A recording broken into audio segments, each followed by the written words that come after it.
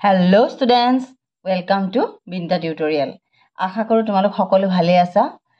যেহেতু আমি যুক্তাক্ষৰ পঢ়ি আছিলো, আজি আমি পঢ়িম প্ৰথম ছ, দ্বিতীয় ছ, বৰ্গীয় জ, ঝ আৰু ঞ যুগ। এইকেইটা বহুত ইম্পৰ্টেণ্ট। এতিয়া চোৱা, প্ৰথম ছ আৰু দ্বিতীয় ছ লগ লাগিলে কি লিখো আমি? প্ৰথম ছ দ্বিতীয় ছ আঠছ। বুজি পাইছা? প্ৰথম ছ আৰু দ্বিতীয় ছ লগ লাগি প্ৰথম ছ দ্বিতীয় ছ আঠছ। নিয় যুগ বৰ্গীয় জ, নিয় জয় আঞ্জ। নিয় যুগ বৰ্গীয় জ, নিয় জয় আঞ্জ। নিয় যুগ প্ৰথম ছ, নিয় ছয় আঞ্চ। বুজি পাইছা? মই কি কওঁ শুনি শুনি যোৱা। নিয় যুগ বৰ্গীয় জ, নিয় বৰ্গীয় জয় আঞ্জ। নিয় যুগ প্ৰথম ছ, নিয় ছয় আঞ্চ। বৰ্গীয় জ যুগ নিয়, জয় নয় জ্ঞ। প্ৰথম ছ যুগ তালবীয়া হ যুগ প্ৰথম ছ, হয় ছয় আচ্ছ। ব যুগ জ, বয় জয় আব্জ। এতিয়া চোৱা, মই তোমাক কওঁ, মই কেলে এই যুক্তাক্ষৰবিলাক তোমালোকক পঢ়োৱাত জোৰ দিছোঁ। মই বাকীটো বাদেই দিছোঁ। ক্লাছ 10ৰ বৰ্ড এক্সাম যোনবিলাকে দিব, সেই ষ্টুডেণ্টবিলাকৰ ইমান বানান ভুল হয়। সেইকাৰণে মই যুক্তাক্ষৰখিনিও শিকাইছোঁ। কাৰণ কিয় জানানে? তোমালোকে পঢ়ি গৈছা, পৰীক্ষাত লিখিছা, মুখস্থ লিখি আছা, কিন্তু তোমালোকৰ যুক্তাক্ষৰখিনিৰ জ্ঞান নাই। বহুত বানান ভুল হয়। মই এনেকুৱা বহুত বহি পাইছোঁ। পঢ়ি যায় ল'ৰা ছোৱালীয়ে, যিহেতু ঘৰত অসমীয়া কয়, অসমীয়া মাক বাপেকে কয়, তেওঁলোকে কয়, অসমীয়া কথা পাতে, অসমীয়াখিনি জানে, কিন্তু লিখিব নাজানে। সেই লিখিব নজনাৰ ফলতে, মানে কি লিখিব জানে, বানান ভুল হয়, বাক্য গাঁথনি শুদ্ধকৈ কৰিব নোৱাৰে। এনেকুৱাবোৰৰ ক্ষেত্ৰৰ কাৰণে তেওঁলোকৰ মাৰ্কছ বহুত কমি আহে অসমীয়াত। যদি অসমীয়াত বহুত কষ্ট, বিশেষকৈ CBSE বৰ্ডৰ ল'ৰা ছোৱালীখিনিয়ে অসমীয়াত বিশেষ কষ্ট নকৰিলেও হয়। গম পাইছানে? যেনেদৰে ছেবা বৰ্ডৰ ল'ৰা ছোৱালীখিনিয়ে ইংলিছত কষ্ট বেছি কৰিব নালাগে, ঠিক সেইদৰে CBSE বৰ্ডৰ ল'ৰা ছোৱালীখিনিয়ে অসমীয়াত কষ্ট কৰিব নালাগে।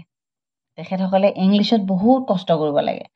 আৰু ছেবা বৰ্ডৰ ল'ৰা ছোৱালীখিনিয়ে অসমীয়াত যথেষ্ট লিখিব লাগে, কিন্তু ইংলিছত বেছি লিখিব নালাগে। ইংলিছৰ চিলেবাছ বহুত কম।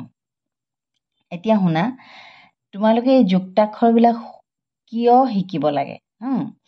বহুত ল'ৰা ছোৱালীয়ে এই নিয় বৰ্গীয় জয় আঞ্জ এইটো ভুলকৈ লিখে, আৰু জয় নয় জ্ঞ বহুত ভুলকৈ লিখে। নিয় বৰ্গীয় জয় আঞ্জ কেনেকৈ লিখে চাবা দেই। প্ৰথমতে এই নিয় বুলি কৈ দিলেকে মধুনীয়া নিয়টো এনেকৈ লিখে নাই, নিয়টো এনেকৈ লিখে, নিয়টো এনেকৈ লিখি তাৰপিছত আকৌ বৰ্গীয় জটো এনেকৈ লিখে নাই। এতিয়া বৰ্গীয় জটো এনেকৈ দি তাৰ ওপৰত নিয়টো এনেকৈ দি দিয়ে। দেখা পাইছানে? নিয় বৰ্গীয় জয় আঞ্জ। নিয়টো প্ৰথমতে লিখি নলয়, প্ৰথমতে নিয়টোৰ এনেকৈ আনি বৰ্গীয় জটো লিখি লয়, এনেকৈ বৰ্গীয় জটো লিখি লয়, তাৰপিছত এনেকৈ নিয়টো লিখি দিয়ে। বুজি পাইছা? তাৰপিছত আকৌ জয় নয় জ্ঞ, জয় নয় জ্ঞটো কেনেকৈ লিখে? প্ৰথমতে বৰ্গীয় জটো লিখে, তাৰপিছত এই বৰ্গীয় জটোৰ ঠাইত নিয়টো লিখি দিয়ে। বৰ্গীয় জটোৰ পেটতে নিয়টো লিখি দিয়ে। এইটো বৰ্গীয় জ নহয় জানো? এই বৰ্গীয় জটোৰ লগতে এনেকৈ নিয়টো লিখি দিয়ে, জয় নয় জ্ঞ। বুজি পাইছা? এতিয়া চোৱা, নিয় বৰ্গীয় জয় আঞ্জ, আঞ্জা, দেখিছানে? বুৰঞ্জী, কুঞ্জকুটিৰ, আকৌ জয় নয় জ্ঞ, অজ্ঞ, বিজ্ঞান। দেখা পাইছা? যজ্ঞ, প্ৰজ্ঞান। মই এখন বহি পাইছিলোঁ, ল'ৰাটোৱে যথেষ্ট ধুনীয়াকৈ লিখিছে যে শংকৰদেৱে ঢেকীয়া শাক বুটলি আঞ্জা বনাইছিলে, লিখিব লাগিছিলে। সি ল'ৰাটোৱে লিখিছে আজ্ঞা বনাইছিলে। মানে এই জয়নজ্ঞ আৰু নিয় বৰ্গীয় জয় আঞ্জৰ মাজত মানে কনচেপ্ট ক্লিয়াৰ নাই। কনচেপ্ট ক্লিয়াৰ মানে কি? যুক্তাক্ষৰকেইটা দুইটাৰ মাজত কোনটো হ'ব ক্লিয়াৰ নাই। লিখিছে, কথাটো মনত আছে, লিখিছে। এই জয়নজ্ঞ আৰু নিয় বৰ্গীয় জয় আঞ্জৰ মাজৰ ডিফাৰেঞ্চ যিটো আছে, যিটো পাৰ্থক্য, সেই পাৰ্থক্যটো ল'ৰাটোৱে বুজিব পৰা নাই কাৰণে সেই বাক্যটো ধৰা মই চেষ্টা কৰিছে কাৰণে নম্বৰ দিছোঁ, সেইটো বেলেগ কথা, কিন্তু বহুতে নম্বৰ নিদিবও পাৰে। তাৰমানে যেনে ধৰা ঢেকীয়া শাকৰ আজ্ঞা বনাইছিলে হ'ব, হয়নে? কথাটো সম্পূৰ্ণ বেলেগ হৈ গ'ল। এতিয়া তোমালোকে চোৱা, হস্ৰই প্ৰথম ছয় দ্বিতীয় ছয় আঠশ তাতাকাৰ ইচ্ছা, দন্তীয়া তৎ হস্ৰকাৰে টু প্ৰথম ছয় দ্বিতীয় ছয় আঠশ তুচ্ছ, দেখা পাইছা? ঠিক তেনেকৈ গয়ু গু প্ৰথম ছয় দ্বিতীয় ছয় আঠশ গুচ্ছ, দেখা পাইছা? এতিয়া চোৱা প্ৰশ্ৰয় প্ৰ প্ৰথম ছয় দ্বিতীয় ছয় আঠশ অন্ত্যেষ্টয় প্ৰশ্ৰয়। ঠিক তেনেদৰে নিয়য় বগীয়া জয় আঞ্জ ক'ত ক'ত লাগিছে চোৱা, আঞ্জা, দেখা পাইছা? বুৰঞ্জী, কুঞ্জ কুটিৰ, কুঞ্জলতা, দেখা পাইছা? সেইখিনি হৈছে নিয়য় বগীয়া জয় আঞ্জ।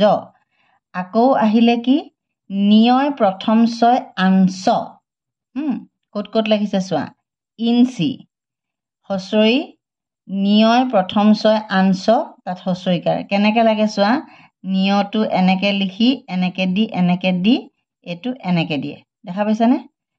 ওপৰত মাত্ৰা নাথাকে, এইটো মূৰ্ধনীয়া ন বা নিয়টোৰ ওপৰত যিহেতু মাত্ৰা নাথাকে, সেইকাৰণে নিয়টোৰ নিচিনাকৈ এনেকৈ লিখি এনেকৈ কৰি এনেকৈ দিয়ে, দেখা পাইছা? এইটো নিয়য় প্ৰথম ছয় আঞ্চ। আকৌ নিয়য় দ্বিতীয় ছয় আঞ্চটো ইয়াত দিয়া নাই, নিয়য় দ্বিতীয় ছয় আঞ্চ এই বাঞ্ছনীয় ইয়াত লিখিছে, নিয়টো এনেকৈ আহি এইটো দ্বিতীয় ছ নহয়, ইয়াত এইটো দিয়ে, এইটো বাঞ্ছনীয়, এইটো দিছেনে?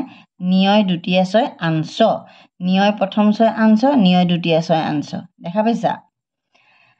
এতিয়া চোৱা ইঞ্চি, দেখা পাইছানে? ইঞ্চি, কাঞ্চন, বঞ্চনা, দেখা পাইছা? এইখিনি হৈছে নিয়য় প্ৰথম ছয় আঞ্চ। আকৌ চোৱা জয়নজ্ঞ, জয়নজ্ঞ ক'ত ক'ত লাগিছে, অজ্ঞ, বিজ্ঞান, প্ৰজ্ঞান, দেখা পাইছা? আকৌ চোৱা তালবীয়া হয় প্ৰথম ছয় আঠশ, নিশ্চয়, দেখা পাইছানে? নিশ্চয়, তালবীয়া হয় প্ৰথম ছয় আঠশ, নিশ্চয়, বুজি পাইছা? বয় জয় আব্জ, কব্জা, এইটো কব্জা, দেখা পাইছা? এতিয়া মই এবাৰ ভালকৈ পঢ়ি দিওঁ, চাই লোৱা। প্ৰথম ছয় দ্বিতীয় ছয় আঠশ, প্ৰথম ছয় দ্বিতীয় ছয় আঠশ, ছয় ছয় আঠশ, নিয়য় বগীয়া জয় আঞ্জ, নিয়য় জয় আঞ্জ, নিয়য় যোগ প্ৰথম ছ, নিয়য় প্ৰথম ছয় আঞ্চ, বগীয়া জ যোগ নিয়, জয়নজ্ঞ, তালবীয়া হ যোগ প্ৰথম ছ, হয় ছয় আঠশ, ব যোগ বগীয়া জ, বয় জয় আব্জ। এতিয়া চোৱা ইচ্ছা, তুচ্ছ, ইঞ্চি, গুচ্ছ, আঞ্জা, অজ্ঞ, কব্জা, যজ্ঞ, বুৰঞ্জী, বিজ্ঞান, কাঞ্চন, প্ৰজ্ঞান, বিচ্ছেদ, নিশ্চয়, বঞ্চনা, প্ৰশ্ৰয়, কুঞ্জ কুটিৰ, কুঞ্জলতা, বাঞ্ছনীয়, অভিজ্ঞতা। এতিয়া চোৱা অভিজ্ঞতা, ইয়াত কি লাগিছে কোৱাচোন তোমালোকে, অভিজ্ঞতাত কি লাগিছে আৰু কুঞ্জলতাত কি লাগিছে? কোনটোত নিয়য় বগীয়া জয় আঞ্জ লাগিছে, কোনটোত বগীয়া জয় নিয়য় জ্ঞ লাগিছে কোৱা? নিয়য় বগীয়া জয় আঞ্জ আৰু জয় নিয়য় জ্ঞ, কোন দুটা ক'ত ক'ত লাগিছে কমেণ্টত লিখিবাচোন। তোমালোকে বুজি পাইছানে নাই পোৱা সেইটোও লিখিবা। এতিয়া চোৱা প্ৰাঞ্জল আৰু অঞ্জন দুয়ো বৰ লগ, প্ৰাঞ্জল নিয়য় বগীয়া জয় আঞ্জ, অঞ্জন নিয়য় বগীয়া জয় আঞ্জ দন্তীয়া ন, অঞ্জন, পৰয় প্ৰ তাতাকাৰ প্ৰা, নিয়য় বগীয়া জয় আঞ্জ ল, প্ৰাঞ্জল আৰু অঞ্জন দুয়ো বৰ লগ, প্ৰাঞ্জলে বিজ্ঞান আৰু অঞ্জনে বুৰঞ্জী পঢ়ে, বিজ্ঞান বট হস্ৰইকাৰে বি, জয়নজ্ঞ, তাত আকাৰ ন, বিজ্ঞান। অঞ্জনে মঞ্চত ভাল অভিনয় কৰিবও পাৰে, প্ৰাঞ্জল 5 ফুট 8 ইঞ্চি ওখ আৰু 4 ইঞ্চি হ'লে 6 ফুট ওখ হ'ব, কাৰণ 12 ইঞ্চিত এফুট হয়। প্ৰাঞ্জলৰ মাক কাঞ্চন কাঞ্চনে ল'ৰা ছোৱালীক অধ্যয়ন কৰিবলৈ কয়, কাৰণ অধ্যয়ন কৰিলেহে অভিজ্ঞতা বাঢ়ে। বুজি পাইছা এতিয়া?